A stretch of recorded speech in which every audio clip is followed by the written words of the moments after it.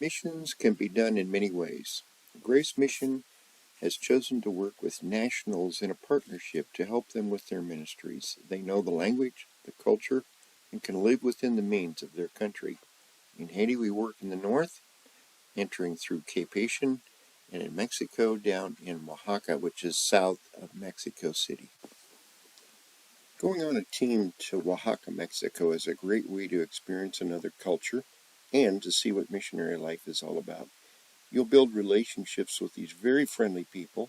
You'll have a chance to help them out with the project, which will be an encouragement to them and offer them doors of opportunity to reach more people with the gospel.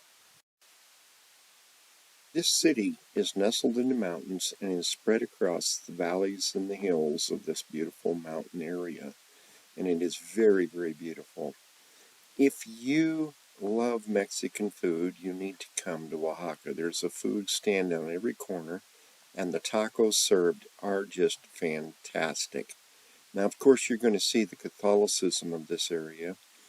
Many, many people are worshiping false doctrine and idols as they go and sincerely worship and hope for the best and pray and light candles to this false religion. And that's the reason that we're here, is to share the gospel with these people. God has used David and Karina Lopez in a mighty way. David is the son of our missionaries, Azael and Hermelinda Lopez. They decided to start a church in the outskirts of Oaxaca. So they started in a home, and then they began to lead people to Christ. Over the last 4 or 5 years, they've had 50-some people come to Christ. And this has been an amazing thing that God has done through them. They do it by just showing love to people and going out and being concerned for those in need. Many abused women have been helped through their ministry. Of course, we've had the pandemic and we've had different things happen in the cities there, and so they've been able to help with physical needs. Karina's a great cook, and this has opened the door for many women. Next, we have discipleship, and then we have baptisms, and then these people begin to grow and come to Christ. Past 2 years, a hurricane devastated an area along the coast. David heard about it and met some friends who knew people there and wanted to reach them with the gospel. He took one of our teams there, and they helped clean up the area and work with kids as well. Now they hope to go back and spread the gospel further. Carlos and Sarah met in university. Sarah led Carlos to Christ, and he began to have a great desire to be in the ministry.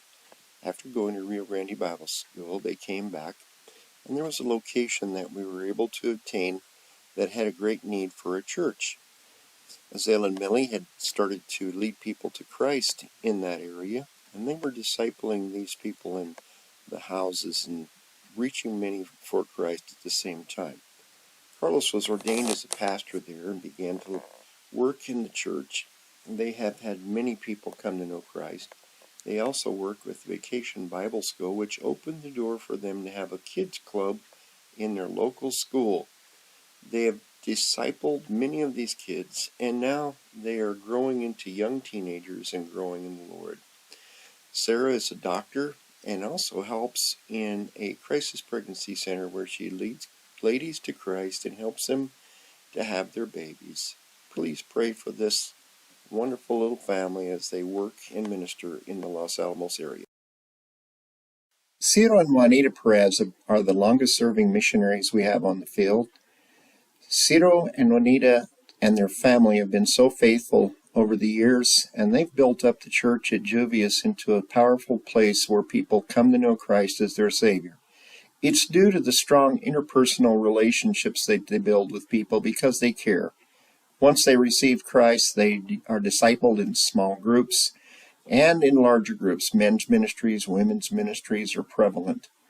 This also then leads to people wanting to be baptized, and we usually see a large group of people coming to baptism. Camps have been a great ministry for the Perez's. Youth camps, married couples camps, women's camps, and men's camps all have a great impact on many people's lives. The Problems of the area are many. Earthquakes shattered the lives of people south of Oaxaca City, where one of the members of the church had family.